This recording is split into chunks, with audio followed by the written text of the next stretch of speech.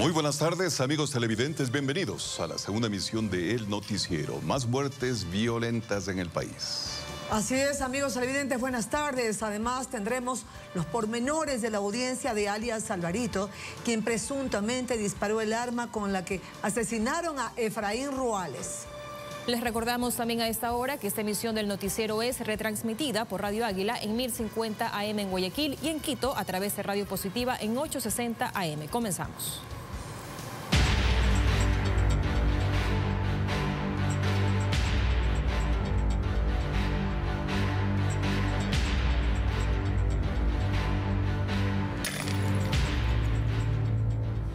Y arrancamos este informativo con las muertes violentas que suceden a toda hora en nuestro país. La policía investiga un misterioso femicidio y suicidio, esto en un sector rural de la provincia del Guayas. Hay una persona retenida por este caso.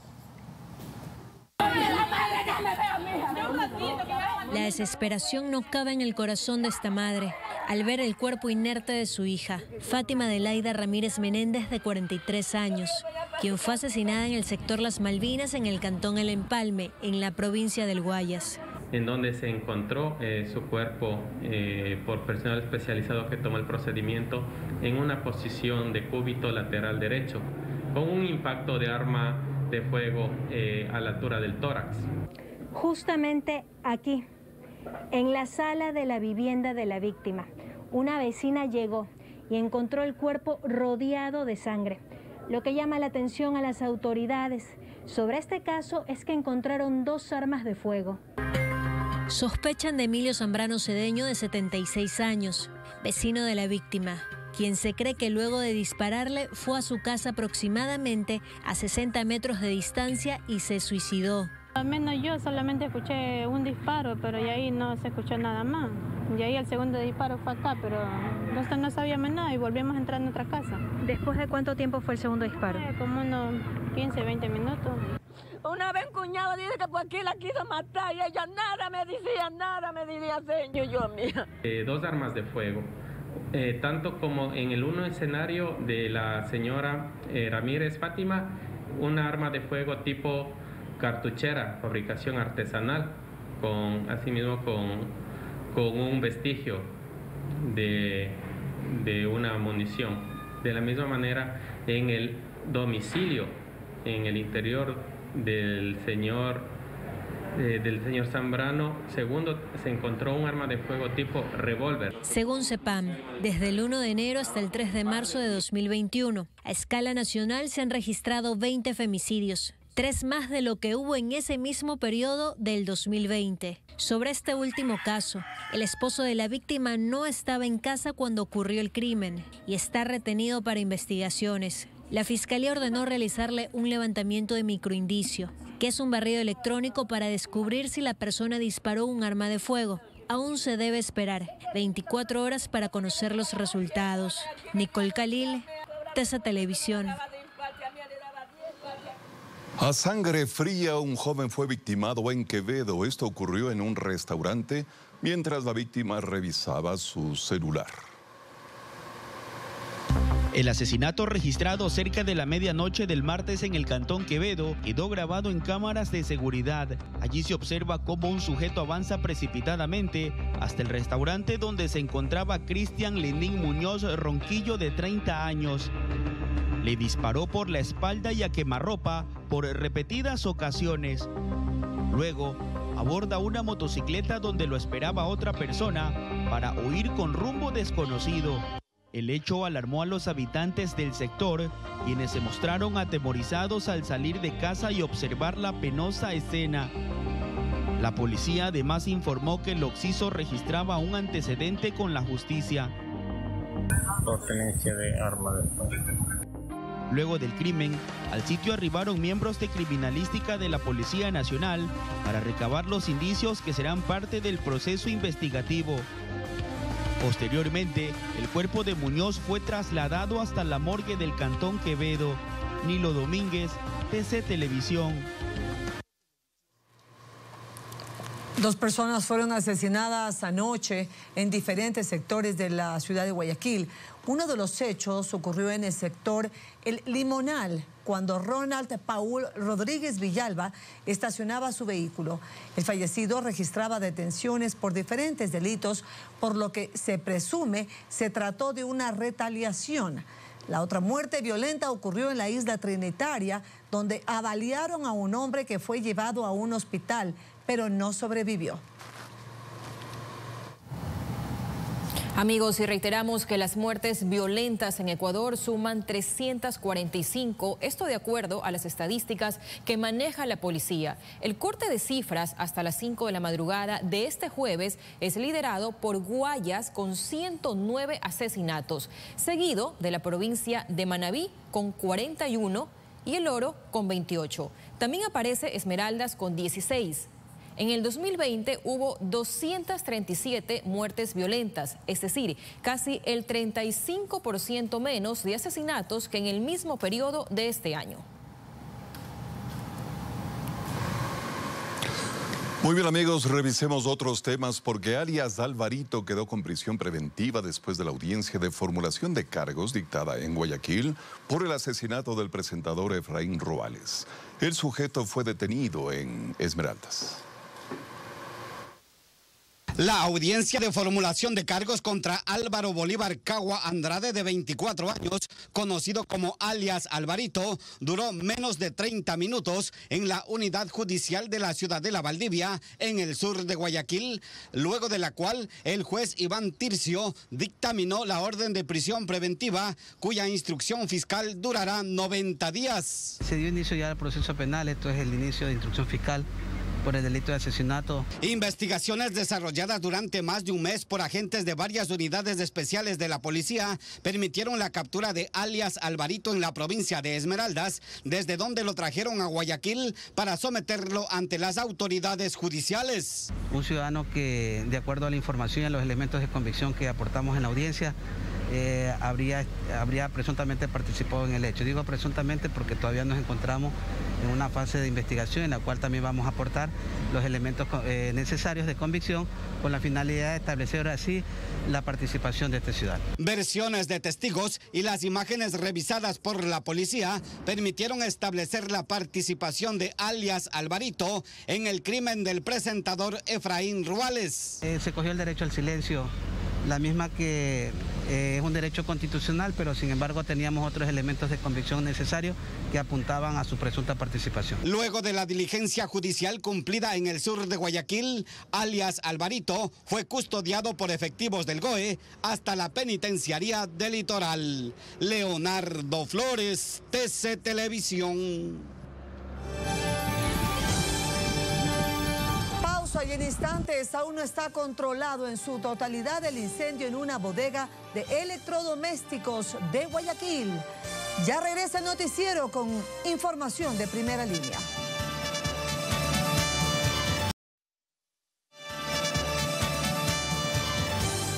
En instantes, amigos, laboratorio descubierto en Esmeraldas refinaba 3 toneladas de droga. Ya regresa el noticiero con noticias de primera línea.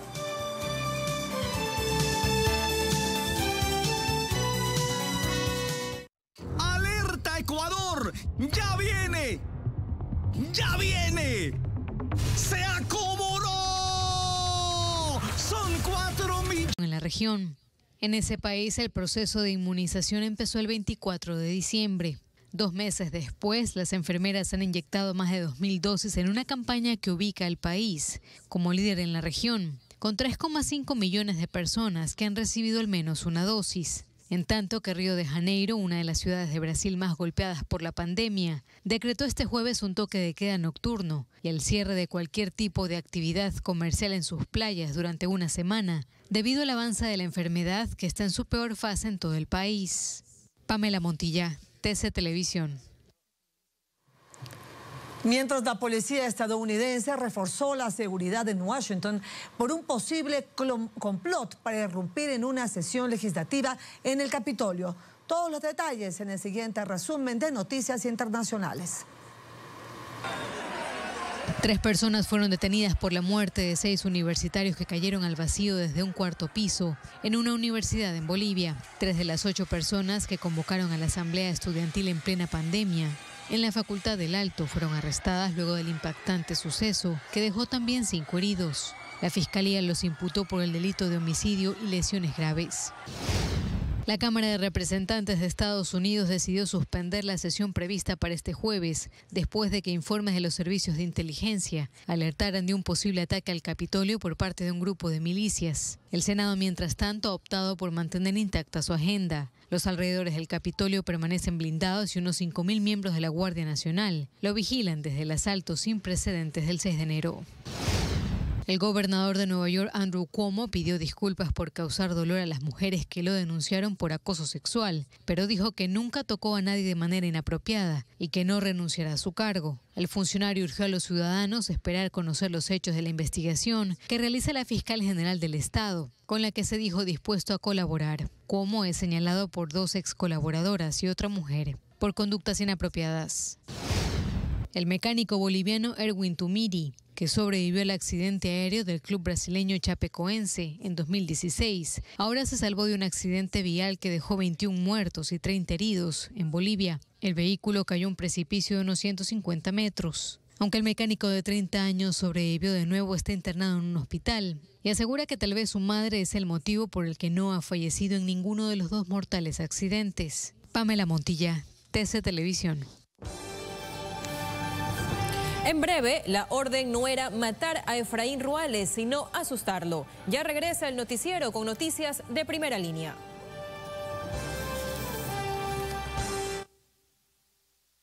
¡Apúrate! ¡Corre! Se acaban los boletos del Pozo Millonario que sortea $4 millones este lunes 8 de marzo. Atrévete a soñar. 7 de la noche por TC. Amigos, para acceder a las vacunas COVID-19 por cuenta propia, los municipios y empresas privadas deben adquirir lotes de mínimo 250.000 dosis. En tanto, la Asociación de Municipalidades entregó un protocolo al COE Nacional para que autorice su compra. Las empresas e instituciones que busquen acceder a las vacunas de forma inmediata deberán utilizar proveedores intermediarios y sujetarse a cláusulas de confidencialidad. Todos nuestros acuerdos son con la Federación Rusa, con el tema de la vacuna Sputnik y los avances de la negociación, de los compromisos de confidencialidad que tenemos. Los precios son que oscilan entre los 8, 10, $12 la dosis. El gerente confirma que mantiene diálogos con algunas instituciones y detalla el cupo mínimo para acceder a la negociación y adquirir la vacuna rusa. Pues estaríamos hablando de 250.000, 300.000 dosis. Por otra parte, el titular de la Asociación de Municipalidades del Ecuador entregó el pedido al COE Nacional con el que se espera la autorización de compra de vacunas contra COVID-19 a los municipios. Esperan la autorización sea por acuerdo ministerial. Hoy aspiramos que pueda salir este acuerdo ministerial, esta resolución. De los 222 municipios, no todos tienen capacidad de adquirir estas dosis. Sin embargo, alcaldías de las principales ciudades ya han iniciado el proceso de compra. De 221 cantones, quizás los únicos que pudiesen entrar en esta colaboración sería Guayaquil y Quito. Los proveedores intermediarios admiten que acceder a las vacunas a través de ellos tiene un costo adicional, que es su comisión. Sin embargo, la palabra final la tiene el gobierno nacional en aprobar o no la compra de vacunas COVID-19 para las municipalidades. Juan Pablo Ruiz, TC Televisión.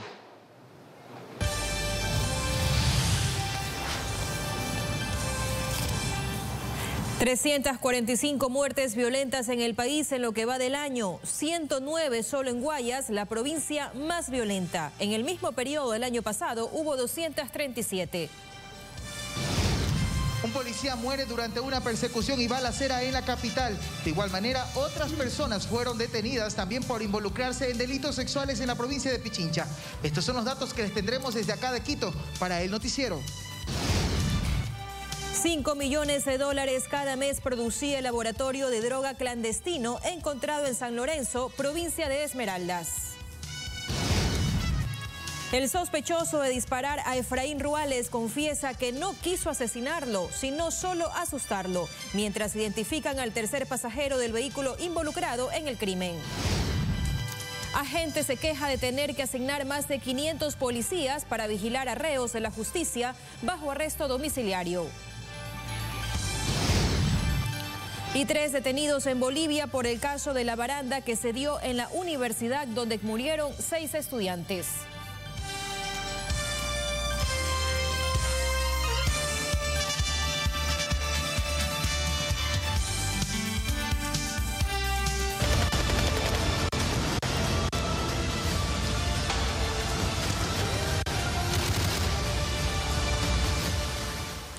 Vamos con lo anunciado, amigos. Un policía murió tras una persecución a delincuentes en el sur de Quito.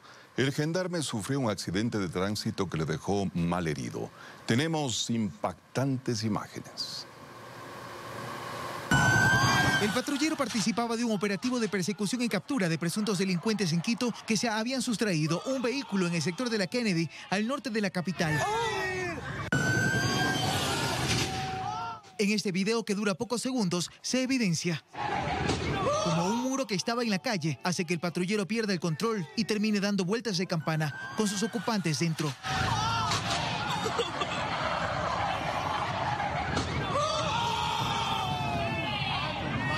El cabo Andrés Chávez salió disparado del parabrisas y se estrelló contra la calzada. Murió al instante, mientras que el sargento primero Luis Espinosa quedó con varios golpes en distintas partes del cuerpo. La herida que le causó la muerte al uniformado fue un trauma cráneoencefálico.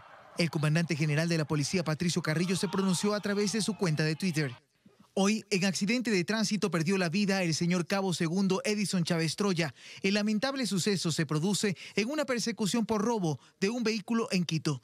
El carro está recuperado y el autor detenido. Nuestra solidaridad con la familia de un nuevo héroe policial. En el distrito Eloy Alfaro elevarán una capilla ardiente para rendirle tributo póstumo a este gendarme que murió en el cumplimiento de su deber. Alcibiades Onofre, TC Televisión.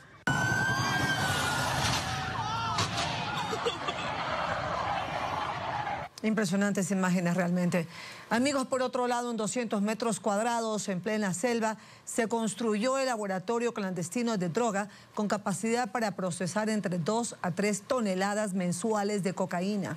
Se trata de un duro golpe al narcotráfico en el cantón San Lorenzo, en la provincia de Esmeraldas. Fernando Escurra estuvo ahí y nos cuenta más.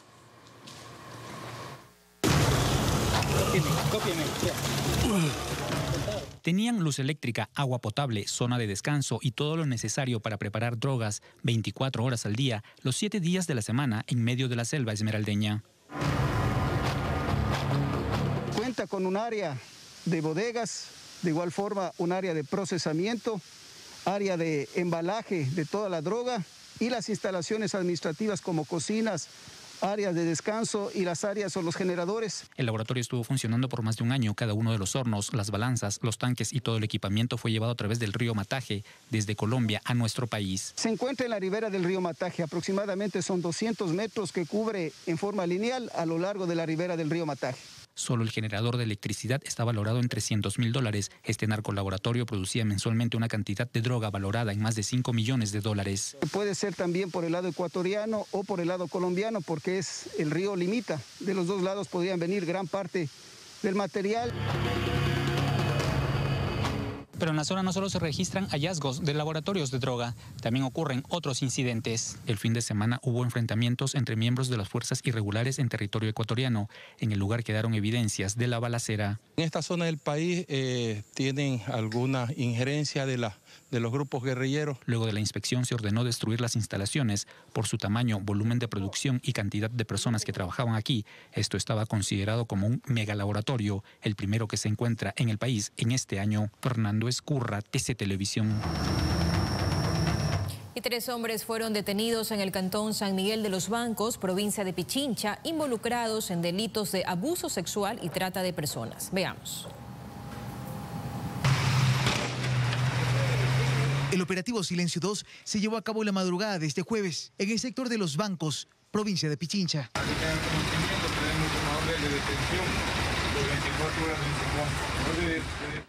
Mientras los agentes de la Unidad Antitrata de Personas, en conjunto con la Fiscalía, detenían a 3 presuntos sospechosos de violencia sexual, una menor de 16 años era rescatada. El padre y la madre de ella la obligaban a prostituirse. Había sido violentada sexualmente por varias personas, inclusive por miembros del núcleo familiar. Según la policía, los abusos eran reiterativos. Hace unos 15 días atrás también se ejecutó otro operativo en el cual 9 personas fueron detenidas en esa misma zona por estar involucradas en el delito de violencia sexual contra menores de edad.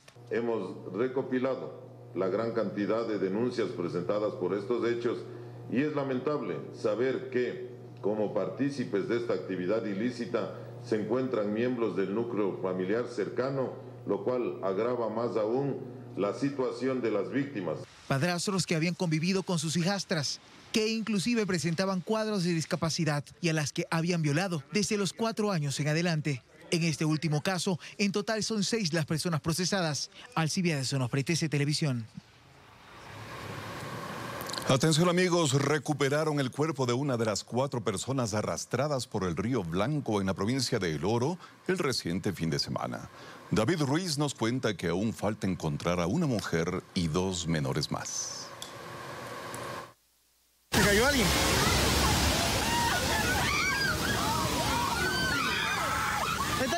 Es el momento en que las personas que estaban cerca del río Blanco en Arenillas gritaban desesperadas porque la corriente se llevaba a una madre y 3 menores de edad. Para llegar hasta el lugar de la tragedia hay que recorrer 1 hora desde la ciudad hasta un punto en donde no llega ni la señal de celular. Después de 3 días de búsqueda, se logró recuperar el cuerpo de Doménica Córdoba, de 13 años, justo donde desemboca el río Blanco en la represa Tahuín. La corriente dejó su cuerpo 5 kilómetros del sitio donde desapareció junto a sus hermanos. Aún continúan desaparecidos Germania Córdoba, de 36 años, madre de los pequeños, Abigail Pozo, de 13 años, y su hermano Juan Diego Pozo, de 5 años. Hemos rescatado, o los rescatistas alcanzaron a un cadáver, a una de mis sobrinas.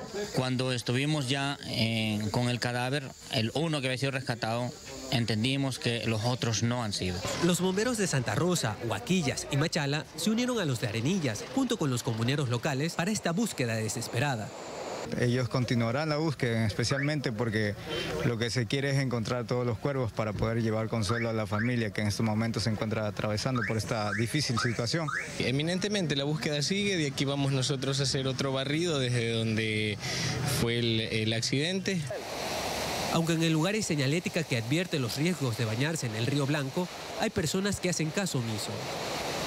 Siempre baja la creciente sin avisar. En una ocasión también estuvimos nosotros, que casi se da lo mismo, sino que salimos a tiempo. Aquí en el 2010 ocurrió una tragedia similar. En aquella ocasión, 4 personas perdieron la vida. David Ruiz, TC Televisión. Precisamente en relación al caso que acabamos de presentarles, hace poco se confirmó que ya se recuperó el cuerpo de Germania Córdoba, de 38 años.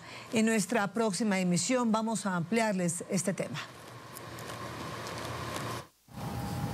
Cambiamos de tema para contarles que la investigación por el asesinato del presentador Efraín Ruales revela que la orden al sicario no era acabar con su vida, sino asustarlo. Nuestra compañera Karen Aro cuenta además que la policía ha identificado a los 3 ocupantes del carro usado para seguir y dispararle. El rompecabezas alrededor del asesinato del presentador de televisión Efraín Ruales empieza a tomar forma. En el auto usado para el asesinato se movilizaban 3 personas. Una de ellas, Álvaro Cagua, alias Alvarito, detenido este miércoles 3 de marzo, se convierte en la pieza clave, pues sería quien disparó al actor. Un segundo ocupante es Alexis Casquete, alias Casquete, detenido el 5 de febrero y señalado por el robo del carro. Ahora la policía está tras la pista del tercer ocupante del auto. Los 3 pertenecerían a una misma organización delictiva. Y hay una pieza más en este rompecabezas. Se trataría de una mujer quien acompañaba a Casquete el día que incendiaron el auto en el sur de Guayaquil. Vamos armando y cada vez que vamos armando estas piezas vamos teniendo un panorama más amplio para poder llegar a quiénes fueron los autores intelectuales y también poder determinar cuáles fueron los autores materiales también. Detalles de la investigación a las que el noticiero tuvo acceso revelan que el autor intelectual contrató a los sicarios mediante un contacto en la cárcel, desde donde se dio la orden de asustar a Efraín Ruales, no de acabar con su vida. El caso aún gira alrededor de 2 hipótesis, una ligada a lo sentimental y a su desempeño profesional y la otra a lo económico. Alias Alvarito recibió prisión preventiva la noche del miércoles y está en un centro de privación de libertad en Guayaquil, mientras que alias Casquete está en la cárcel 4 en Quito. Karen Aro, TC Televisión. Y la policía investiga la procedencia del arma de fuego utilizada para asesinar a Efraín Ruales. Se confirmó que fue usada en otros crímenes perpetrados en Guayaquil el año pasado. El cotejamiento balístico nos llevó a una correlación balística que da cuenta que el empleo de esta arma tipo pistola recuperada en el estero Salado y que en la actualidad se ha confirmado fue utilizada en el asesinato del señor Efraín Ruales, guarda relación con dos hechos anteriores. Esto es, el asesinato perpetrado en contra del señor Julio Valverde, hecho ocurrido el 8 de noviembre del año 2020 en el distrito 9 de octubre, y en la tentativa de asesinato generada en el distrito Modelo el día 17 de noviembre del 2020 en contra del señor Javier Aguirre. 11 detenidos, entre ellos una mujer, fueron detenidos por la policía durante la operación Gran Impacto 11, ejecutada en Manabí, Esmeraldas y Santo Domingo de los Áchilas.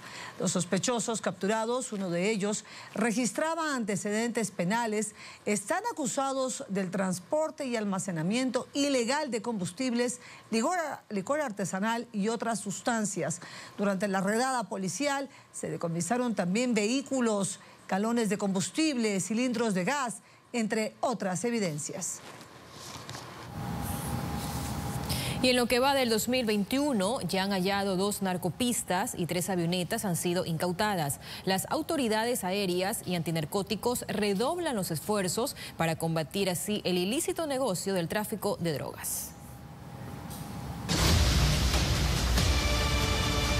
Con esta última operación antinarcóticos, donde se incautó una avioneta en la parroquia Manglar Alto del cantón Santa Elena, ya son 3 las aeronaves inmersas en el negocio ilícito del tráfico de drogas, que se han decomisado en lo que va del 2021.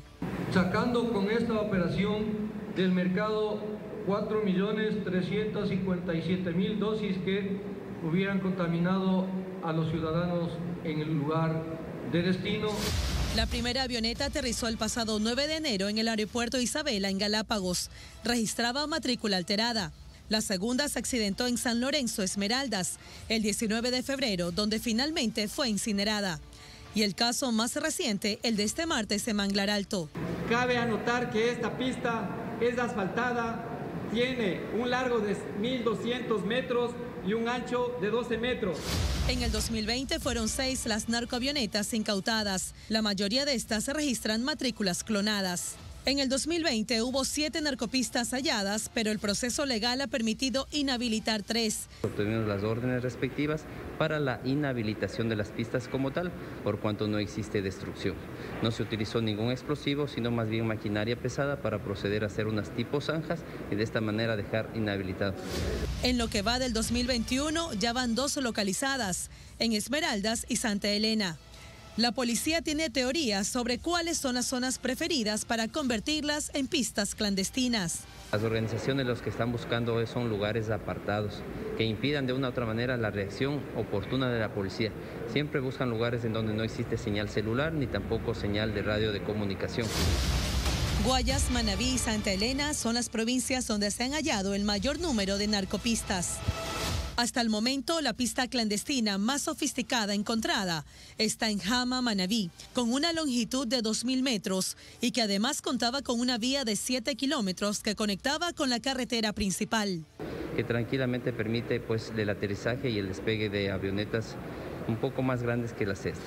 La Fuerza Aérea Ecuatoriana mantiene permanentemente sus radares en alerta y aviones sobrevolando el perímetro ecuatoriano, especialmente en las zonas fronterizas, para evitar un tráfico aéreo ilegal. Vanessa Filella, TC Televisión. 512 policías se integran a la zona 8 correspondiente a Guayaquil, Durán y San Borondón. El comandante César Zapata se refirió a la compleja situación de la institución de destinar 500 agentes para cubrir los arrestos domiciliarios. acaban de graduarse y tienen la difícil tarea de ser parte de un plan que busca aplacar los delitos en zonas ya identificadas por las autoridades policiales. Va a ser distribuido en los 12 distritos, pero vamos a poner más hincapié en la focalización en determinados distritos como son en Esteros, en Portete, en Durán. Vamos a ser más fuertes con el personal policial para que realicen los operativos correspondientes. El gobernador del Guayas confirmó que es un aporte importante, con lo que se completan los 5.000 uniformados en las calles en la parte operativa. Y aprovecho también el espacio para informarles, para decirles públicamente que cuentan con todo el respaldo, con todo el apoyo por parte de la gobernación de la provincia del Guayas. Zapata insiste en que tener policías custodiando a personas procesadas en sus domicilios es un desperdicio de recursos. Que se den menos arrestos domiciliarios, son 500 policías que tenemos en arrestos domiciliarios y a veces consideramos que no son tan necesarios estos arrestos domiciliarios. Es de gente que puede tranquilamente estar detenida en los centros de rehabilitación social y no consideramos que sea pertinente de que los policías estemos cuidando en sus mismos domicilios, en los lugares donde fueron detenidos. Entre los arrestos domiciliarios están Luis Jairal Zunino, exgerente del Hospital del IES, Abdalá Bucarán y su hijo Jacobo Bucarán, entre otros. En lugares en donde ni siquiera guardan las normas de seguridad, ni físicas, peor aún seguridades ambientales. Entonces el policía también se expone, perdemos personal policial, 500 policías en arrestos domiciliarios. Se destaca que por cada custodia policial se utilizan 3 policías en turno de 8 horas para cubrir el día. Mauricio Ceballos, TC Televisión.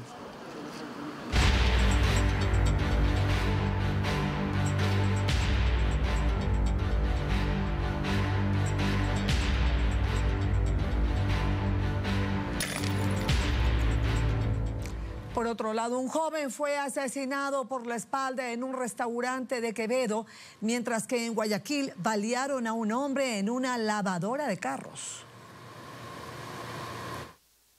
Las muertes violentas a escala nacional no se detienen. En las últimas horas en Guayaquil se han registrado varias de estas, como la ocurrida en la cooperativa Juan Montalvo en el sector El Limonal. La noche de este miércoles, Luis Guillermo Intriago Martinetti, de 31 años, fue baleado en este sector del norte de Guayaquil. Al parecer el ciudadano se había encontrado sentado fuera de una lavandería donde estaba su vehículo, pasando un poco de tiempo, cuando en eso pasó una motocicleta, posterior de lo cual se realizan los disparos y esta motocicleta se da inmediatamente a la fuga. La víctima registraba antecedentes por robo en el 2010 y 2014, por asociación ilícita en el 2018. Se supone, todavía no tenemos una confirmación real, de que estaría involucrado en la muerte de una persona. Así también se suma una muerte violenta en la isla Trinitaria y 2 en el Guasmo Sur. Muchos de los últimos fallecidos tienen antecedentes, no significa que por tener los antecedentes puede ser que estén involucrados en crimen organizado, pero es un factor que puede llevarnos a una conclusión. Mientras que en otras provincias, como Los Ríos, en Quevedo, un joven fue asesinado al estilo sicariato mientras se encontraba en un restaurante. Cristian Muñoz Ronquillo, de 32 años, fue baleado por la espalda. Las fuertes imágenes quedaron grabadas en una cámara de seguridad. En cifras, el número de muertes violentas asciende. En Guayas se registran 109 asesinatos en lo que va del 2021, seguido por Manabí con 41 y la provincia del Oro con 28. En total, a escala nacional, se contabilizan 345 muertes violentas. Por ahora, los agentes de investigación continúan recabando pistas para dar con los responsables de estos asesinatos y manifiestan que un alto número de estos casos corresponderían al crimen organizado. Vanessa Filella, TC Televisión. Y mataron a bala a un guardia de seguridad, esto en el sur de Guayaquil. La policía investiga el caso donde hace una semana fue asesinado un hermano del ahora fallecido. A pocas cuadras de su domicilio, cuando salía a trabajar en la cooperativa Proletarios Sin Tierra del Guasmo Sur de Guayaquil, dispararon en 2 ocasiones en contra de Boris Jacinto Rosero Perlaza, de 33 años. Habría tratado de repeler el ataque armado que terminó con su vida. Estaba en el exterior del vehículo que conducía. La policía reúne evidencias para determinar la identidad de los victimarios y en qué se movilizaban. Tenemos varias versiones. Unas personas dicen que estaban dentro de una motocicleta, sobre una motocicleta, otras personas indican que estuvo a pie. Entonces estamos todo eso verificando con las investigaciones de DINASED preliminares. Es una víctima seleccionada por esa situación. Tampoco podemos todavía indicar que es un crimen organizado, ya que la violencia no es normal en como en algunos otros crímenes que se dan. Para determinar si es que es sicariato tendremos que hacer las investigaciones para ver si es que hubo una transacción de dinero entre el hecho y la persona que necesitaba que esta persona lamentablemente fallezca. Rosero Perlaza laboraba hace varios años en una compañía de seguridad privada. Conducía vehículos blindados de transporte de dinero. Su familia dijo no encontrar explicación alguna de su crimen. A eso se dedicaba, él era guardia de la Tecol. ¿Él recibió amenazas? No, ninguna amenaza. Estamos sorprendidos porque lo han matado de una manera que, o sea, nadie sabe. Un hecho criminal que se suma a los 345 asesinatos ocurridos en el 2021 en el país. Un 35% más de casos que el año pasado. José Luis Calderón, TC Televisión. Reiteramos que las muertes violentas en Ecuador suman 345 de acuerdo a las estadísticas que maneja la policía. El corte de cifras hasta las 5 de la madrugada de este jueves es liderado por Guayas con 109 asesinatos, seguido de la provincia de Manabí con 41 y El Oro 28. También aparece Esmeraldas con 16. En el año 2020 hubo 237 muertes violentas, es decir, casi el 40% menos de asesinatos que en el mismo periodo de este año. Y la policía detuvo a 2 sujetos como sospechosos de delitos contra la vida de personas en la provincia de Manabí. La policía fue alertada mediante una llamada telefónica de que en la parroquia El Anegado del cantón Jipijapa se había producido una tentativa de asesinato en el domicilio de un adulto mayor por un intento de robo. Manifiesta que ciudadanos proceden a realizar un disparo por las espaldas a un ciudadano de la tercera edad por robarle sus objetos en el domicilio. Los agentes emprendieron un operativo en la zona y al ubicar al sospechoso, este emprendió la huida. Una vez capturado en su vestimenta, los agentes lograron encontrar un arma de fuego y una capucha con la que se presume cubría su rostro. Indicamos que se detenga, hizo caso omiso y se establece una persecución de aproximadamente unos 300 metros sobre el bosque, en la montaña, logrando la captura del hoy sospechoso. Con una arma de fuego, con una mochila y con una máscara. Agentes policiales llegaron hasta el domicilio de un segundo sospechoso que estaría involucrado en este caso, pero este ya no estaba en la casa. Lo que sí encontraron los agentes fue municiones y arma de fuego. El dueño de la vivienda también quedó aprehendido. 3 armas de fuego tipo cartucheras, adicional al arma encontrada en poder del ciudadano hoy aprehendido. La policía también informó la detención en Portoviejo de un ciudadano que se encontraba con una orden de captura por el asesinato de Margarita Navarrete, empresaria, dueña de una farmacia. Este hecho ocurrió en horas de la madrugada del pasado 17 de diciembre del 2020. Él registra antecedentes por tentativa de asesinato en el año 2019. Eso en relación a este caso importante. Además queda incautada la motocicleta, las evidencias puestas a órdenes de la autoridad y la audiencia se realizará en horas de la tarde. Con imágenes de Michelle Holguín, desde la provincia de Manabí, informó Marcelo Ruiz, TC Televisión. Y pese a las casi 20 horas de lucha contra el incendio, esto en una bodega de electrodomésticos en el norte de Guayaquil, los bomberos aún no han podido controlar en su totalidad el fuego. ¡Se rindió el techo nosotros ya!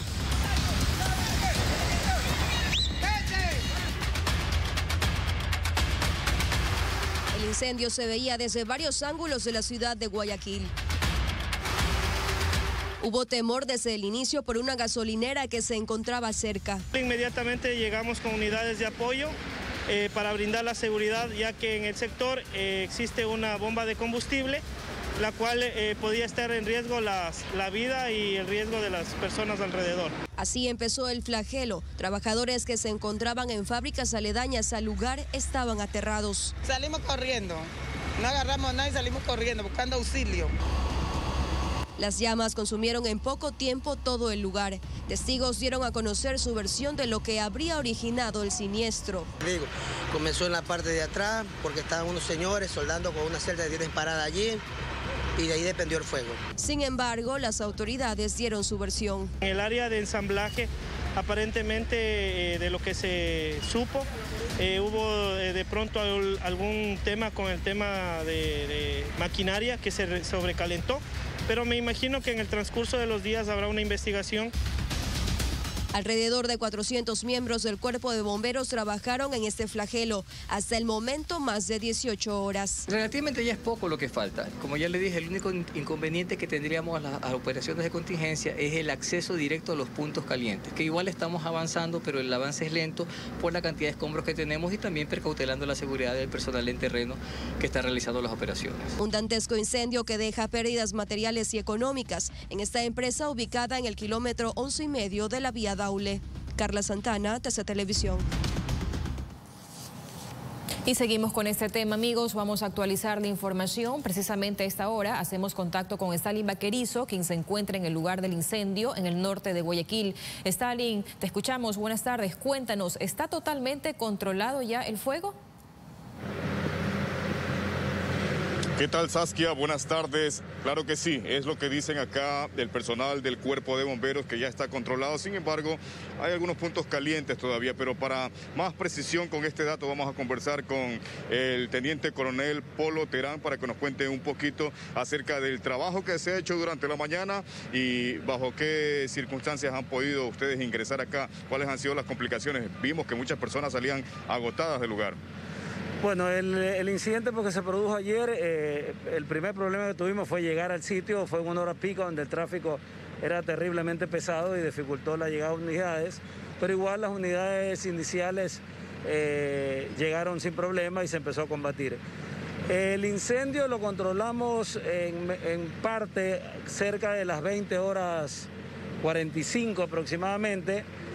Ya luego el incendio estaba en el interior de la planta con ciertos focos aún prendidos y estos han sido en el trayecto de la madrugada y mañana de hoy totalmente sofocados, ¿no? En este momento, siendo las 13:26, la novedad está completamente controlada. Igual aún tenemos personal nuestro en el interior, removiendo ciertos sectores de la fábrica. Si se levanta algún tipo de fuego o humo, se procede inmediatamente a sofocarlo. Es decir, esto forma parte de su protocolo cotidiano, ¿no? Siempre quedarse en el lugar por cualquier eventualidad. Así es, cuando sabemos que es, en este caso, una estructura que colapsó completamente, sabemos que el fuego se puede reiniciar o avivar nuevamente debajo de la estructura. Entonces hay que hacer una especie de remoción, tratar de ingresar al sitio y tratar de mitigarlo. A veces se debe utilizar maquinaria, en este caso aún no se está haciendo, pero dentro de unos momentos vamos a hacer un sobrevuelo con un dron, con cámaras térmicas, para tener un panorama más específico del área del siniestro y las temperaturas que se están manejando, ¿no? ¿De cuánto es el número de las personas que están acá trabajando? Bueno, entre la novedad que suscitó ayer y el día de hoy, estuvimos aquí cerca de 500 bomberos entre voluntarios y pagados. Unidades, se movieron cerca de 60, 50 y pico, 60 vehículos. Ayer adicional, con la cantidad de humo que mandó de todo lo que se estaba quemando, tuvimos un ambiente un poco peligroso en cuanto a gases que afectaban a los bomberos, entonces tuvimos que empezar a hacer relevos y el cuidado de la gente y mediciones del ambiente en torno a la planta por parte de materiales peligrosos. Lo que podemos notar también, aunque ya algunas partes se están ya reconstruyendo, la pared, por ejemplo, se está sellando ahora, habían unos huecos hace unas horas y acá vemos las puertas también que están destruidas. Esto porque hubo complicaciones en el acceso, es decir, de pronto se puso caliente este material que no podían tocarlo. A ver, la radiación que había debido a lo fuerte que era el incendio se pudo notar en ciertos vehículos que estaban en el interior pertenecientes a la planta, donde se podía ver mascarillas derretidas, forros que cubrían los vehículos completamente dañados, quemados por la radiación.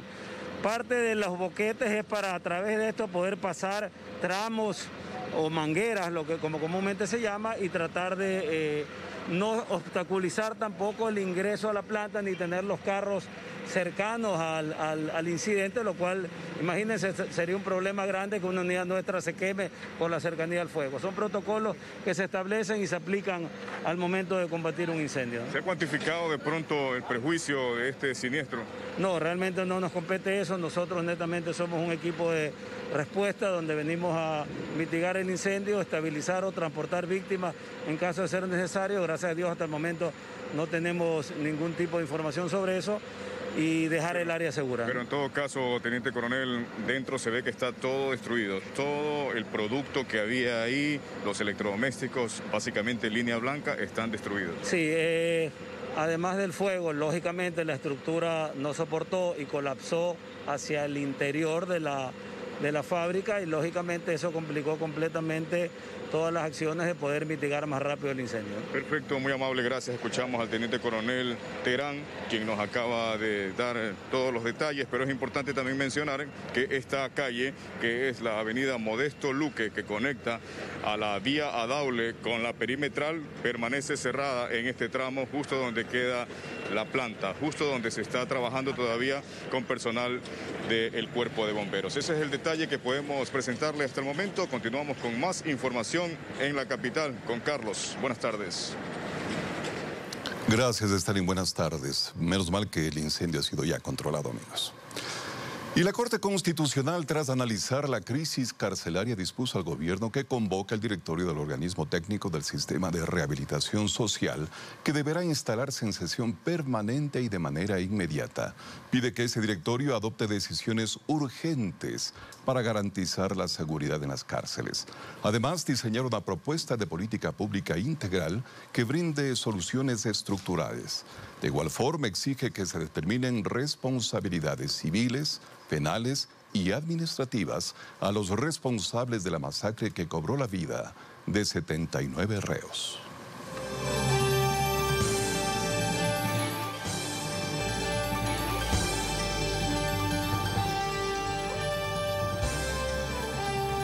Seguimos informando, atención, porque 58 emergencias han sido reportadas durante los últimos días por las intensas lluvias registradas a escala nacional. Ibarra es una de las últimas ciudades golpeadas por los aguaceros. En estos momentos estamos inundados en Ibarra. Acumulación de agua e inundaciones se registraron la noche del miércoles en Ibarra. No hay cómo pasar.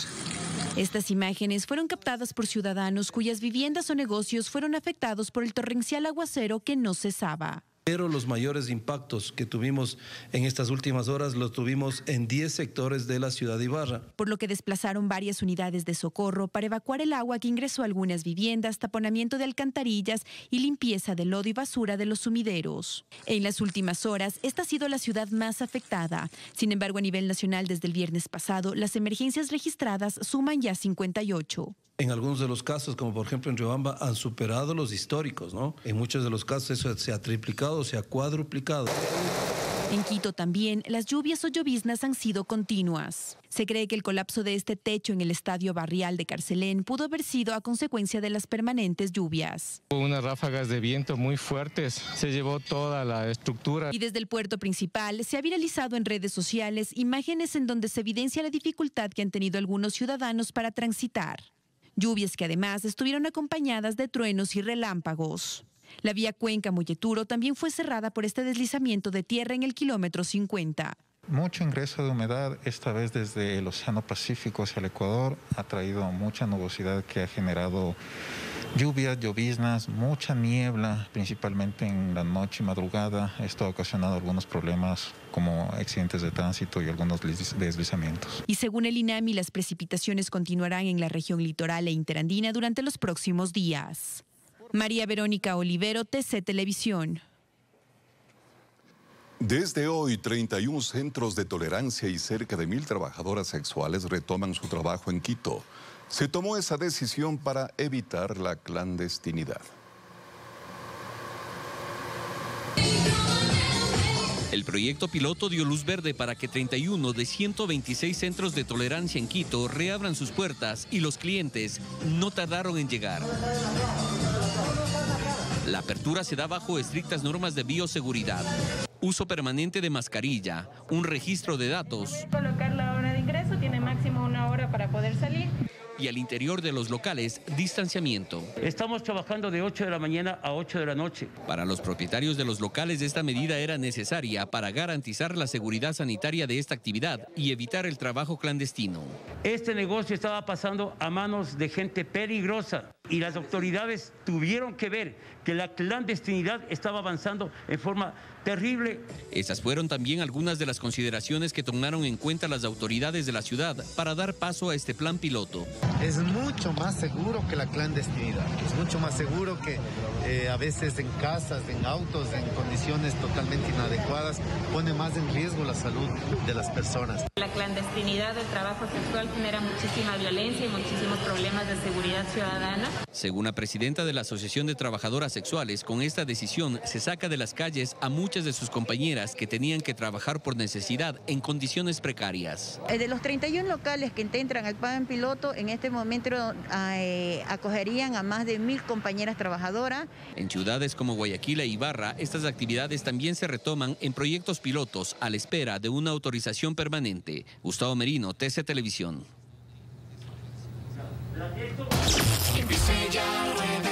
Cuidado, Guachope.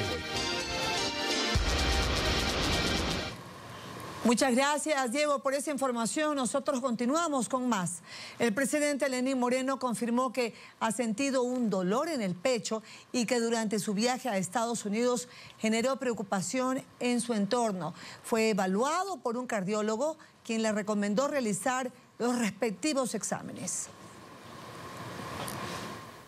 Y como ha habido rumores en las redes sociales de su salud, tengo que preguntarle por su salud. ¿Cómo está? Algunas veces he tenido cierta presión en el pecho y cierta molestia en el pecho, pero me dijeron que no era un problema mayor, por lo menos a corto plazo no era un problema mayor. Ahí en Washington tuve esa presión, a lo mejor por trabajo intenso, en el que estábamos tuve esa presión en el pecho. Claro, yo me asusté y mi esposa se asustó más. Inmediatamente llamamos a un cardiólogo y él me hizo una evaluación y me aconsejó hacerme los exámenes respectivos. ¿Se los ha hecho? ¿Se los está haciendo? Todavía no. En eso, como decimos siempre los ecuatorianos cuando nos piden que hagamos algo, en eso estoy. Y atención también porque durante una entrevista con el noticiero, el ministro de Trabajo Andrés Ich criticó el proceso de juicio político que se emprende en su contra. Dijo que las acusaciones son inverosímiles. Además explicó cómo avanza el trabajo del comité creado para una transición ordenada con el próximo gobierno. Participaré en este proceso con altura, con responsabilidad, con respeto, pero sin distraerme de las otras ocupaciones. Mira, Andrés, las acusaciones son tan inverosímiles como que me acusan por cosas que pasaron antes de que yo llegue a ser ministro. Por ejemplo, por las cifras de empleo que fueron sacadas al mes de junio, cuando yo me posesioné en el mes de julio del año 2020.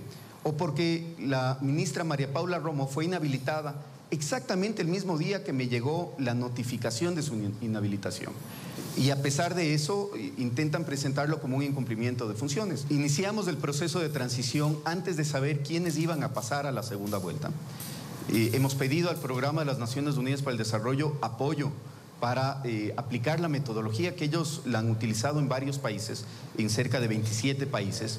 Y lo que estamos haciendo es dejando un memorial muy grande de información, de aquellas acciones urgentes que se tienen que continuar, de aquellos proyectos que están en marcha, contratos que están ejecutándose, bases de datos, iniciativas legislativas y un capítulo específico alrededor del COVID. Lo que queremos es que el nuevo presidente, sea cual sea, no pierda tiempo en la aplicación de su plan de gobierno y que pueda empatar de una manera muy rápida con la administración. Esto sin duda será en beneficio de la ciudadanía.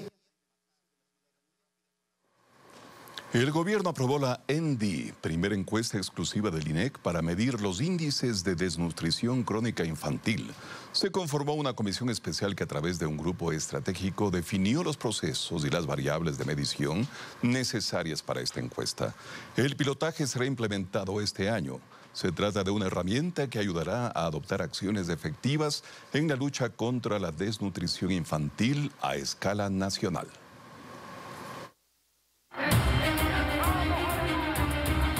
La contienda agenda se define entre dos propuestas. Dos candidatos que disputan su llegada aquí.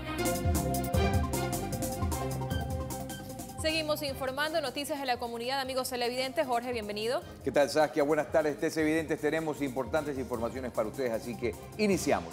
Delincuentes asaltaron un bus en Juján, provincia del Guayas. Le dispararon en el pecho al oficial de la unidad de transporte. Veamos. Rápido, por favor, ayúdenme rápido.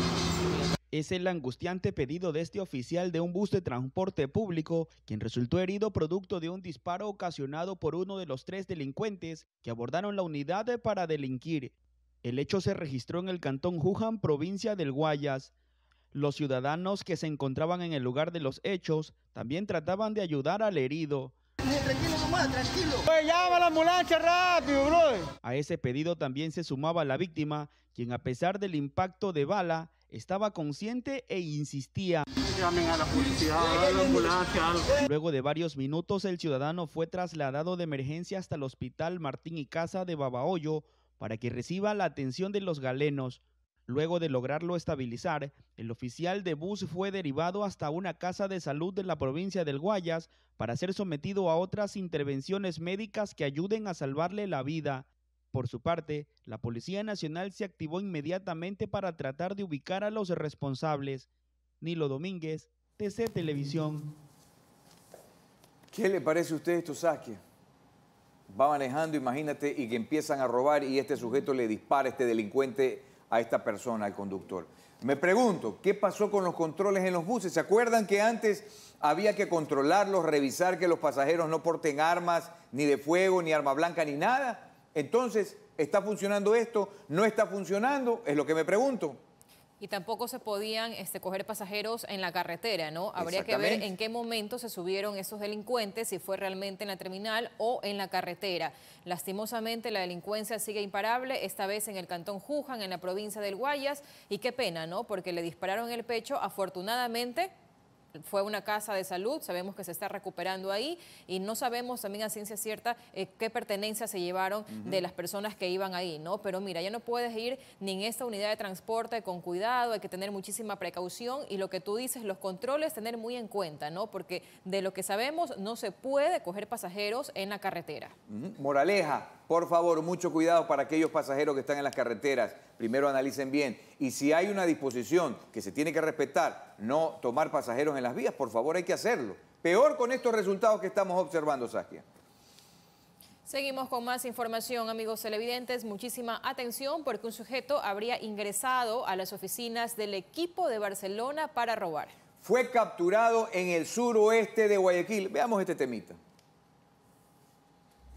Ocurrió cerca de las 2 de la mañana del miércoles, cuyo accionar quedó grabado en una cámara de videovigilancia, imágenes que permitieron a los agentes de la CIDPROVAG identificar a los sospechosos y capturar a uno de ellos en el sector de las calles Argentina y la 37. Donde se ve a 2 presuntos infractores de la ley que se sustrajeron algunas pertenencias que se encontraban en dichas instalaciones.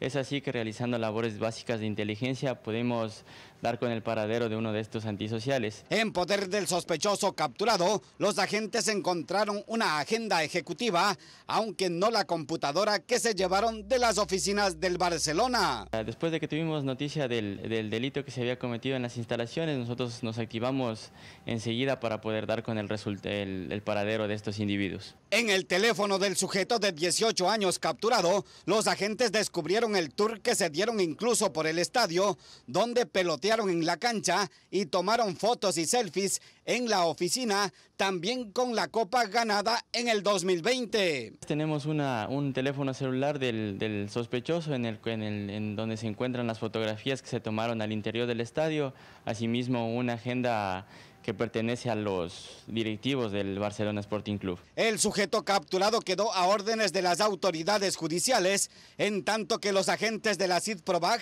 están tras la pista del otro sospechoso, que durante el operativo logró escabullirse entre el vecindario, que salió en defensa de estos malos hinchas del ídolo del astillero.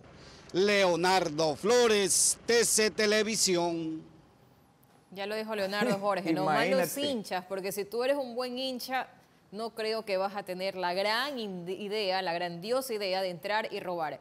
Y mira, tomarse fotos con la copa, recorrer, se hizo un tour ahí turístico por todo el estadio, pero ese no es hincha. Este es un ese robo, no es hincha de corazón. Saskia, este es un robo de placer para esta gente que han estado merodeando, fastidiando. Y miren ustedes, agrego algo, lo que está comentando Leonardo Flores. El primero fue capturado inmediatamente.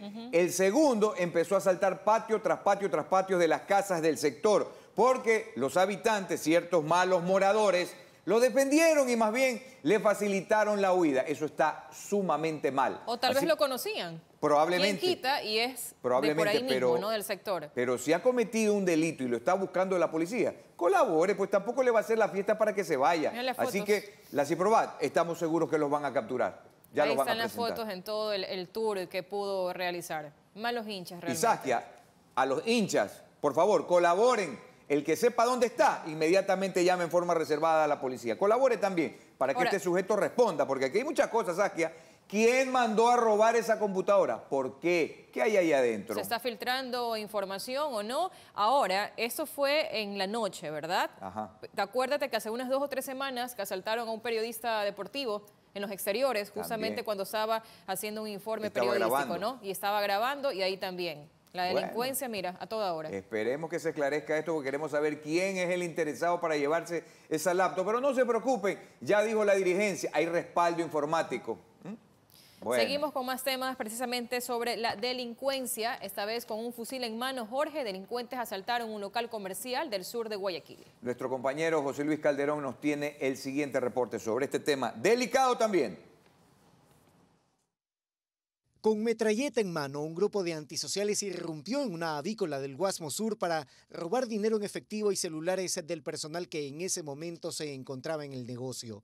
El impresionante hecho delictivo por el arma que portaban los individuos ocurrió la madrugada del martes. Moradores de la cooperativa Marta Bucarán del Guasmo Sur, donde está ubicado el local comercial afectado, evidenciaron su preocupación ante lo sucedido. Aunque por temor prefirieron no mostrar su rostro ante la cámara. A las 5 de la mañana que pasó eso de yo aquí, nosotros ya venimos más tarde cuando ya habían pasado eso, 5 de la mañana, sí.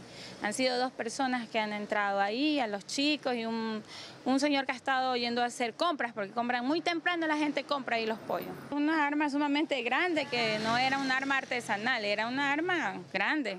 Que ni la policía tiene esas armas así. Algo sorprendente que ahora anden con ese tipo de armas.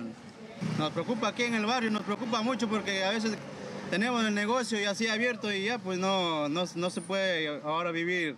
Los delincuentes habrían tan solo sustraído cerca de $300 que encontraron en la caja registradora del negocio, por lo que aprovecharon también para sustraer artículos personales de los empleados. Ahorita con todo esto que se está dando en las cárceles, pues ya ahorita a la gente le da miedo salir. Los ladrones están más armados que la policía. Bueno, aquí han robado ya varias veces. La policía reúne evidencias y analiza el video grabado por las cámaras del local. José Luis Calderón, TC Televisión. ¿Qué le parece a usted? Más armados que la policía. Los uniformados cargan por lo general su pistola 9 milímetros. Los grupos tácticos, claro, cargan armas de más alto poder. Pero estos delincuentes, un fusil de asalto, Saskia, que usted lo ve en las películas, lo ve en los conflictos bélicos. Sin embargo, esta gente, miren cómo están armados. Bien armados. Nos volvemos a preguntar ahí. ¿De dónde es esa arma de fuego? De alto calibre. ¿Cómo tiene esas armas? De alto poder. Imagínense ustedes. Ojalá que se los logre ya identificar. Inteligencia policial esté trabajando en este temita porque también hay que presentar el tipo de arma que tenía. ¿Verdad? Esperemos que no sea una de juguete. No lo creo sinceramente. No lo creo. Y están bien equipados, bien armados realmente. Y ahí nos preguntamos nuevamente, ¿no? ¿Cómo tienen estas armas? ¿Y qué armas, como dijo la moradora, ¿no? Ni la policía realmente carga este tipo de armas y los delincuentes llegan como si nada, sin miedo. Y mira que vulneran hasta las cámaras de vigilancia, ¿no? Porque ellos ven que está ahí, pero no les importa, no les interesa. Ellos continúan con sus fechorías ahí. Bueno, hay que colaborar también para capturar a estos sujetos, Saskia. Seguimos con más noticias. Atención, porque un violento accidente de tránsito ocurrió anoche, en este miércoles, en la avenida 25 de Julio, al sur de Guayaquil. Felizmente, este accidente no dejó víctimas. Según testigos, el conductor del automóvil habría estado ebrio, puesto que luego del accidente se bajó y personas caritativas lo embarcaron en otro carro para que abandone el lugar antes de que lleguen las autoridades de tránsito. El man venía de exceso de velocidad y venía a quema, me arrebasó y cuando lo vi que se trepó la vereda, de allá mismo. ¿Ya? Y se topó, suerte que no tumbó el poste. Al parecer, el hombre perdió el control de su carro, por lo que se subió al parter y luego de arrancar varios árboles, se estrelló contra un poste de cemento. Lo que vino de exceso de velocidad que se embarcó en la vereda y se dio con 3 postes. Lo que pasa es la consecuencia del exceso de velocidad. El percance no dejó víctimas, solamente daños materiales de consideración y seguramente a su conductor golpeado por la fuerza del impacto. Del interior del vehículo ha salido una persona, pero no sabemos si era el conductor o era acompañante. El señor ha abandonado el lugar de los hechos. Luego del procedimiento correspondiente, el carro siniestrado fue remolcado al centro de retención vehicular. Leonardo Flores, TC Televisión. Bueno, por favor, más precauciones, más aún también cuando las lluvias están intensas aquí en el litoral ecuatoriano y especialmente acá en Guayaquil. Vamos a otro tema. La Policía Nacional controla el cumplimiento de las medidas de bioseguridad en un sector del norte de Guayaquil. Precisamente a esta hora nuestro compañero Stalin Vaquerizo nos cuenta dónde. Adelante. Buenas tardes, esta es la avenida Modesto Luque en Paraíso de la Flor, noroeste de Guayaquil, donde nosotros hemos venido muchas veces a observar el comportamiento de la ciudadanía y cuál es que la mayoría no utiliza mascarilla, inclusive muchos vendedores que hay acá. Sobre esta vereda se apostan decenas de vendedores y la mayoría está sin mascarilla, así también como los transeúntes. De ahí que la Policía Nacional ha tomado la iniciativa de hacer una campaña acá de concienciación sobre las medidas de bioseguridad, de la protección, el uso de la mascarilla, pero hay otro tema también importante acá que es la no violencia. Vamos a conversar con el mayor Velasco para que nos cuente un poquito acerca del trabajo que está haciendo la policía.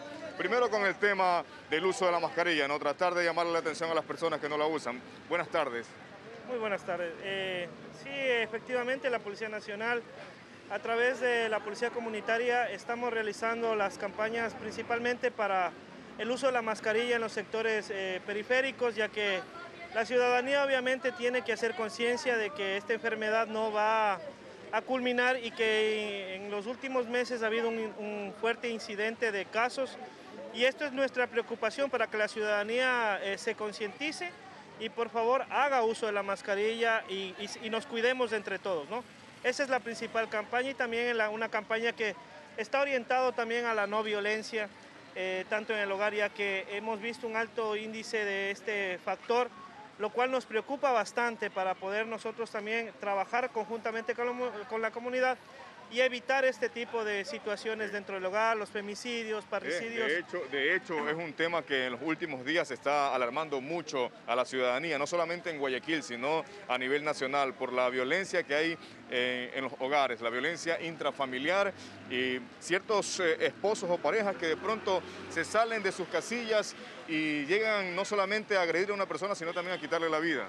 Sí, efectivamente, el hecho de la convivencia, de tener mayor tiempo en el hogar ha hecho que también la gente sufra un poco del estrés. Y el estrés ocasiona también un desequilibrio emocional y eso también se está trabajando a través de campañas en apoyo psicológico, en monitoreo, en seguridad, en programas de protección de víctimas y testigos. Entonces, esto nos ayuda bastante también a poder ser una policía preventiva en nuestro sector. Perfecto. Y evitar la violencia de esa manera. Muy bien, mayor, gracias por su importante aporte. Ya saben, no callen, mujeres siempre tienen ese número disponible ahí, 911, para que llamen a la Policía Nacional, para que de manera articulada también trabajen diferentes organismos para darle apoyo a ustedes en el momento que están siendo amenazadas o maltratadas.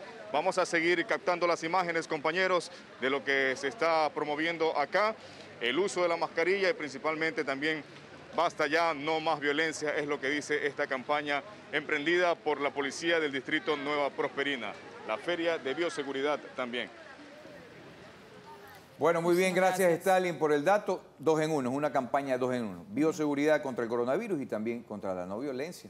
Está muy bien, hay que seguirla. Y con esta excelente iniciativa estamos despidiendo, amigos televidentes. Gracias como siempre por su gentil sintonía. Buen abrazo, buena tarde.